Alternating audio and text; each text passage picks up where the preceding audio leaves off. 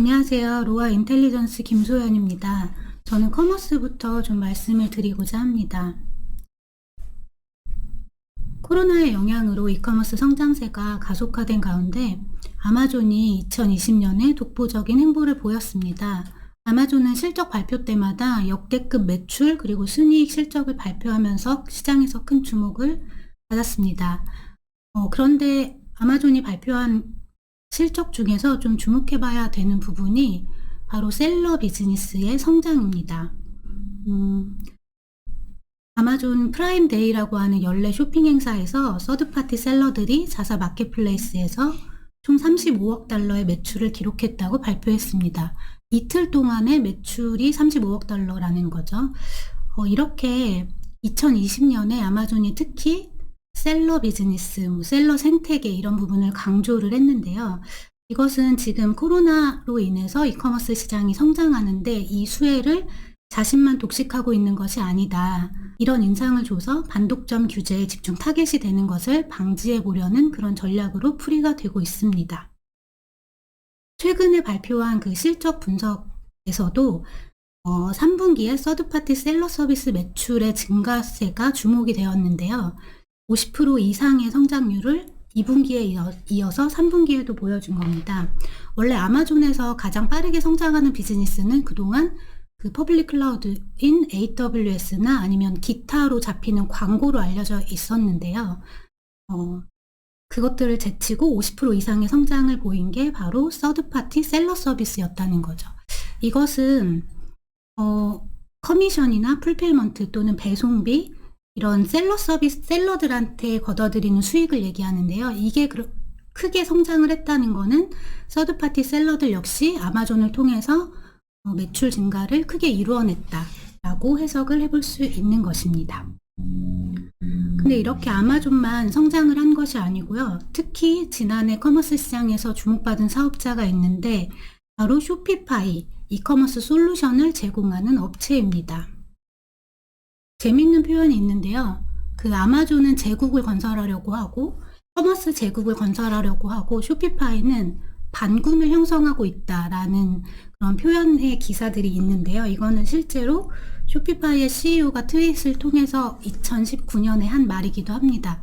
그런데 그것을 2020년에 좀 확인할 수 있는 기회들이 좀 보여졌습니다. 쇼피파이가 2020년 행보를 보면 페이스북 그리고 월마트, 틱톡 이 3개 사업자랑 제휴를 하게 됩니다. 쇼피파이는 머천트들이 이용할 수 있는 솔루션이기 때문에 소비자들한테 도달할 수 있는 그 범위를 늘리는 데 있어서 이들 플랫폼을 활용하는 것이고요. 공통점은 다 아마존의 이커머스 장악력을 좀 노리고자 하는 그런 기업들이라고 볼 수 있겠습니다. 쇼피파이에는 지금 머천트가 한 100만 명이 있다고 하는데요. 그 100만 명이 예를 들어서 틱톡에 1억 명 그 유저에게 도달할 수 있게 되는 거죠. 이런 제휴를 형성하면서 안티 아마존 얼라이언스를 형성하고 있다. 이런 움직임이 2020년에 포착이 된 바 있습니다. 그리고 또 쇼피파이 실적에서 주목할 만한 부분 중에 하나는 쇼피파이는 서브스크립션 수익이랑 머천트 솔루션 이 두 가지 수익으로 나눠져 있는데 머천트 솔루션 그 매출의 성장이 쇼피파이의 성장을 견인했다고 합니다. 이 말은 뭐냐면 단순히 제일 저렴한 옵션이 $29의 그 베이직 요금인데 그걸로만 이용하는 것이 아니고 페이먼트, 배송, 금융 관리하는 거, 재고 관리하는 거 이런 부분들을 커머스를 운영하면서 필요한 부분들에 대해서도 쇼피파이에다가 돈을 지불하면서 셀러들이 썼다는 거죠. 이런 성장이 굉장히 주목을 받은 바 있습니다. 그리고 또 4월에 자체 모바일 쇼핑 앱인 숍을 런칭했다라는 부분이 있는데요. 이 부분은 다소 쇼피파이가 보일 행보가 아닌 것 같은데 이 부분에 대해서는 좀 뒷부분에서 다시 말씀을 드리도록 하겠습니다. 이렇게 아마존과 쇼피파이 모두 성장을 했는데 원래는 그 이커머스 성장률이 좀 안정화 추세에 접어들었는데요. 그래서 2019년 그 매출 성장률 보시면 약간 안정화되거나 아니면 둔화되는 그런 양상인데 2020년에 반등하는 모습을 볼 수 있죠. 물론 9개월 동안 이랬으니까 또 1년치를 더하면 더 이제 성장을 하게 되는 거죠. 4분기에 그 홀리데이 쇼핑 시즌도 있기 때문에 아마 더 반등하는 모습을 보여줄 것 같습니다. 이렇게 둘 다 반등에 성공을 했고요. 그리고 또 주가 성장률을 보시면 쇼피파이의 2020년 주가 성장률은 185%, 그리고 아마존은 69%로 쇼피파이의 주가가 오히려 더 3배 높게 더 성장하는 그런 모습을 확인할 수 있습니다. 그러면 아마존보다 쇼피파이가 매출 성장률이나 주가 성장률에서 더 앞선 그 비결을 보인 요소가 무엇인지 좀 살펴볼 필요가 있는데요. 쇼피파이의 강점은 사실 저렴한 이용료에 있습니다. 아마존 마켓플레이스는 1999년에 이제 처음 출시가 되었고, 서드파티 셀러들이 몰려들면서 함께 성장을 하기 시작했죠. 그런데 아마존에서 물건을 검색해보면 아시겠지만 브랜드가 강조가 되지 않습니다. 오히려 제품을 검색하면 경쟁 제품이 많이 뜨고, 소비자한테 내 제품을 사라는 건지 경쟁사의 제품을 사라는 건지 좀 헷갈리게 하는 측면도 있는데요. 그렇게 브랜드를 강조하기 어렵고요. 오직 볼 수 있는 브랜드는 아마존인 거죠. 그리고 무엇보다 이제 수수료가 계속 증가했다고 합니다. FBA 이용 셀러한테는 매출의 최대 40%를 수취해 갔고, 이것은 그 2015년 19%에서 계속 이렇게 올라가는 거죠.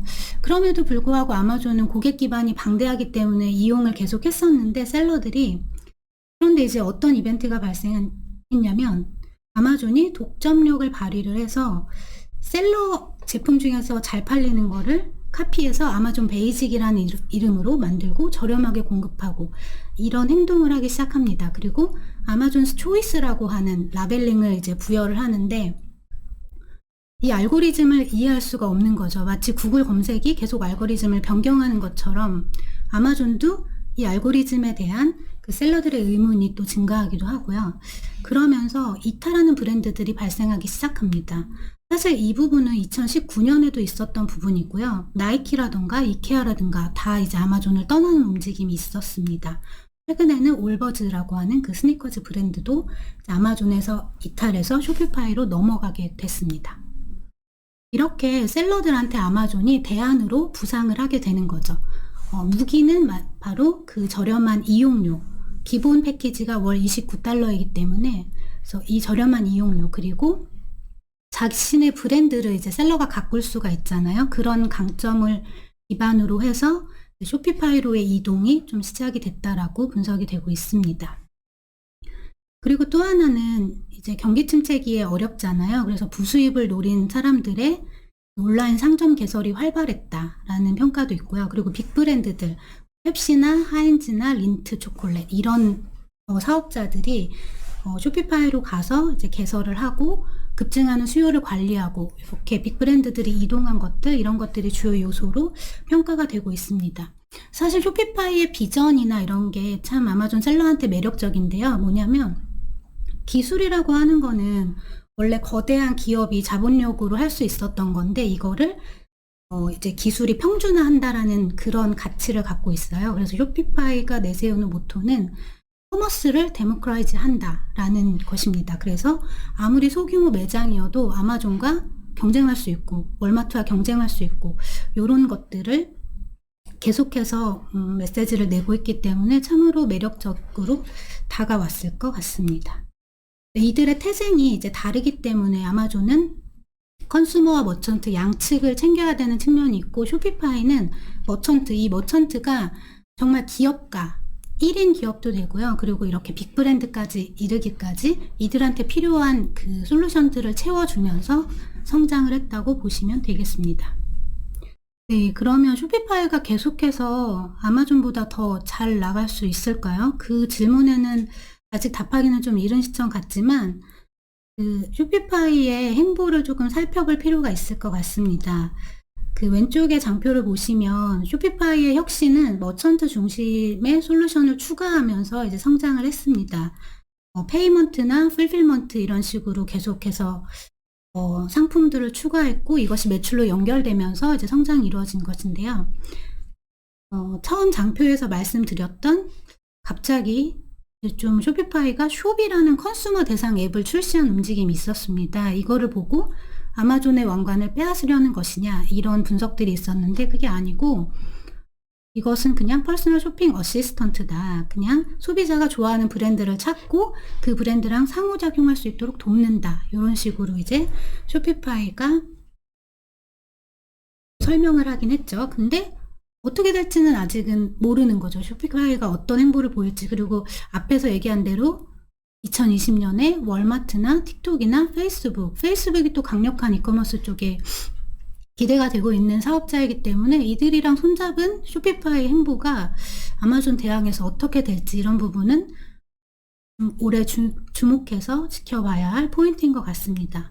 핵심은 소비자가 계속해서 저렴한 제품을 아마존에서만 검색해서 살 것이냐, 아니면은 조금 가격이 나가더라도 좀 브랜드의 철학과 가치가 있는 어떤 브랜드를 소비자가 살 것이냐, 그리고 그 브랜드가 기존에 내가 알던 TV 광고에서 보거나 무슨 상품 매대에서 본 브랜드가 아니고 지속적으로 SNS나 뭐 라이브 스트리밍을 통해서 고객과 소통하고 약간 깨인 그런 브랜드를 소비자가 선택할지, 이런 부분이 주목이 될 것 같습니다. 다음 두 번째, 커머스에서 두 번째로 주목해 봐야 할 사업자로 뽑은 업체가 있는데요. 트라지오라고 하는 업체입니다. 쇼피파이가 아마존에 대한 반군을 형성했다라고 말씀을 드렸는데, 트라지오 같은 사업자는 아마존 그 마켓플레이스 플랫폼에 올라타서 나도 한번 커볼까, 비즈니스 기회를 찾아볼까 라고 하는 움직임으로 이해하시면 되겠습니다.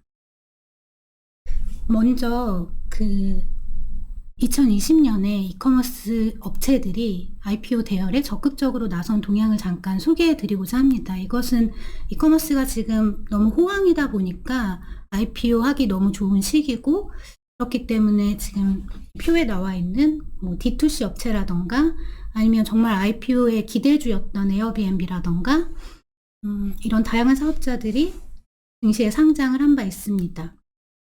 이 업체들의 유형도 굉장히 다양한데요. D2C 브랜드들도 있고요. 쇼피파이와 같은 빅커머스라고 하는 이커머스 솔루션도 있고요. 그리고 리세일 혹은 중고, 마켓플레이스라고 불리는 포쉬마크, 스레더 뭐 이런 업체들도 있고, 굉장히 다양한 업체들이 IPO에 나서고 있는 그런 상황입니다. 올해 이제 2021년에 IPO 할 것으로 기대되는 사업자 중에 하나는 바로 이 트라지오가 있습니다. 트라지오에 대해서는 외신들에서도 굉장히 재밌는 기사를 많이 냈는데요. 포브스에서는 제프 베조스의 거대한 제국에서 어떻게 밀리언스를 만드는가, 이렇게 제목을 선정을 했고요. 이들 아마존 마켓플레이스에서 어떻게 성장을 해보려고 하는 사업자들에 대해서 다양하게 조망한 그런 외신 기사들이 있었습니다. 그러면 트라지오의 비즈니스 모델이 뭔지 좀 설명을 드리면요. 아마존에서 잘 나가는 브랜드가 아니고 셀러들이죠. 아마존에서 잘 나가는 셀러들을 인수하는 거예요. 인수해서 그 브랜드를 직접 가꾸고 마케팅도 잘해서 성장을 시키는 그런 모델을 운영을 하고 있습니다. 그래서 아마존 계정과 IP를 구매를 하고요. 때로는 완전히 인수하기도 하고 아니면은 셀러와 수익 공유 모델을 제안하기도 하고요. 제품은 굉장히 다양하다고 합니다. 제품은 뭐 다이 제품, 청소 제품, 의류, 어린이용품, 애완동물용 제품 이런 식으로 다양하고, 뭐 음식이나 뭐 부패하기 쉬운 거 이런 거는 아니고요. 또 고가 뭐 이런 것도 아니고요. 이런 제품들로 다양하게 인수를 하고 있습니다. 그러니까 어떤 업체를 인수할지 그 아마존에서 셀러에 대한 평점이라던가 판매량이라던가 이런 데이터를 다 보고 이제 업체를 인수를 한 다음에 완전한 통제권을 갖게 되면은 뭐 물류라던가 법률, 마케팅 팀 이런 것들을 활용해서 지금까지도 성공했지만 더 성공할 수 있게 만들어주는 그런 비즈니스를 하고 있는 것이죠. 소비자 입장에서는 전혀 모릅니다. 이 업체가 트라지오에 인수가 됐는지 안 됐는지는 중요하지 않죠. 소비자 입장에서는 그냥 동일하고 뭐 트라지오의 파트너 브랜드 이런 태그를 조그맣게 달고 있는 경우도 있다라고 합니다. 오른쪽 표를 보시면 머천트 메이크오버라고 써 있는데, 그러니까 완전히 셀러들을 변신을 시켜주는 거예요. 첫 번째 나와 있는 앵그리 오렌지라고 하는 펜 용품, 펫 탈취제를 공급하는 업체 같은 경우는 소셜미디어 인플루언서를 동원해서 뭐 2년 동안 매출을 8배 성장시켰다 이렇게 나와 있는데, 이런 식으로 셀러들을 인수해서 성장을 시켜주는 이런 모델을 운영하고 있습니다. 그 트라지오의 성공을 모방하려는 또 스타트업들이 굉장히 많은데요. 그래서 여기 7개 업체가 있는데, 이 7개 업체에 거의 15억 달러 이상의 VC 머니가 투자가 됐다라고 합니다. 사실 이 업체들은 다 신생 업체들인데 막 시드 투자인데도 1억 달러 이상을 유치하고 이런 양상을 보이고 있습니다. 2020년에 지금 설립된 업체만 해도 뭐 헤이데이라던가 셀러엑스, 부스티드 커머스, 히어로즈, 영국이랑 베를린까지 이제 미국 모델이 넘어가면서 성장을 하고 있는 것이죠. 그리고 또 하나는 아마존에서 성공한 셀러가 있어요. 그 중국의 앵커라고 하는 업체가 있는데, 이 업체가 또 상장을 해서 잘 나가고 있거든요. 그러니까 아마존에서 성공한 사업자들이 그 앵커를 보고, 그리고 이런 트라지오의 모델을 보고 똑같은 모델을 계속해서 사업을 시작하면서 투자를 유치하고 이런 양상을 보이고 있다라고 하는 것입니다. 그러면 이렇게 이런 모델의 투자가 계속 일어나고 있는 배경을 좀 살펴볼 필요가 있는데요. 이것은 아마존 마켓플레이스가 정말 거대한 굉장히 매력적인 플랫폼이 되었기 때문입니다. 앞서서도 아마존이 서드파티 셀러가 엄청나게 성장했다라는 걸 강조했다라고 말씀드렸는데, 구체적인 수치로 말씀을 드리면, 물론 이거는 아마존에서 공개한 데이터는 아니지만 2019년 기준으로 그 셀러들이 2천억 달러 이상의 매출을 냈고, 이것은 아마존 전체 프로덕트 세일의 60%를 차지한다, 이렇게 알려진 바 있습니다. 그러니까 아마존에서 수만 곳이 또 연간 100만 달러 이상의 매출을 올리고 있고, 이게 이 비즈니스가 이제 될 것 같은 그런 것이 이제 투자자들이 투자 머니를 들고 오는 배경이 되겠죠. 그 아마존 마켓플레이스는 20년이 넘은 그런 플랫폼이지만 팬데믹으로 인해서 이커머스 붐이 나타났고, 여기서 대규모 기업을 찾고자 이런 투자가 일어나고 또 스타트업이 등장하고 이런 것으로 이해할 수 있습니다. 또 하나의 배경을 보면 새로운 P&G 혹은 새로운 유니레버, 이런 거대한 그 소비재 거대 기업인데 디지털 버전의 이들을 만들려고 하는 그런 비전이 있다라는 거죠. 그러니까 지금까지 우리가 알고 있는 브랜드라고 하는 거는 TV에서 광고에서 알고, 대형 마트에 갔는데 거기 진열되어 있으니까 인지하고 이런 게 아니고, 완전 디지털 시대에 걸맞는 새로운 브랜드가 이제 나타날 때가 되지 않았나라는 그런 기대감이 좀 반영이 됐다라고 할 수 있습니다. 그래서 실제로 그 셀러엑스의 공동 창업자인 우리는 디지털 P&G가 되겠다, 이렇게 얘기하고 있고요. 레이저엑스 공동 창업자 중에 하나도 이커머스 붐으로 인해, 그 팬데믹으로 인한 이커머스 붐이 이전으로 돌아가지 않는다라고 하는 거죠. 그래서 우리는 팬데믹 베이비다, 이렇게 말을 하기도 합니다. 그래서 정말 새로운 그 브랜드, 이런 브랜드에 필요해, 이런 브랜드가 이제 되고 싶은 기업들이 트라지오의 인수가 되는 거고, 또 셀러엑스 인수가 되는 거고, 이런 식으로 이해를 해보실 수 있습니다. 그리고 또 재밌는 것 중에 하나는 이들 창업자 배경을 보면, 예전에 그 워비파커라던가 캐스퍼, 작년에 상장한 캐스퍼라던가 달러 쉐이브 클럽, 이런 사업자들은 D2C 브랜드라고 합니다. 그러니까 워비파커는 안경 브랜드였고, 캐스퍼는 침대 매트리스 브랜드였고, 달러 쉐이브 클럽은 면도기 브랜드였거든요. 이 브랜드들은 이 제품을 이제 성공을 시키는 데 주력을 했는데, 그리고 투자 머니도 굉장히 많이 받았지만 사업을 지속적으로 유지하고 구축하는 데는 약간 실패했다는 평가를 받고 있어요. 그러니까 처음부터 개척하기는 어렵고, 뭐냐면 아마존에서 이미 성공한 거를 인수해서 더 좋게 만들겠다, 더 새로운 브랜드로 만들겠다, 요런 이제 배경들이 작용을 하고 있는 거죠. 실제로 트라지오를 창업하신 분들의 배경은 연쇄 창업가이고요. 그리고 레이저를 설립한 창업자들의 배경은 컨설턴트도 있고요. 이런 식으로 빠르게 모델을 카피하려는 이런 시도가 이루어지고 있습니다. 그리고 또 하나 주목되는 거는, 이미 아마존에서 수익을 내고 있고 매출을 내고 있고 순이익도 나고 있어서 수익성이 있다. 그리고 VC 머니의 빠른 회수가 가능하다. 이렇게 판단이 되고 있는 것으로 보여집니다. 그런데 이제 이 모델조차 완벽하진 않겠죠. 너무 이렇게 빠르게 기업들이 나오고 있고 빠르게 투자 머니를 유치하고 이러고 있는데 이들 기업의 운명이 아마존한테 달려있다라는 점은 좀 위험 요소로 꼽히기도 합니다. 아마존이 워낙 거대한 사업자인데 아마존이 어떻게 움직일 것이냐, 알고리즘을 어떻게 바꿔서 잘 나가는 브랜드를 어떻게 하고 이런 것들이 있잖아요. 그래서 이들의 운명을 아마존한테 맡겨야 된다는 이런 측면은 좀 위험 요소로 꼽히고 있습니다.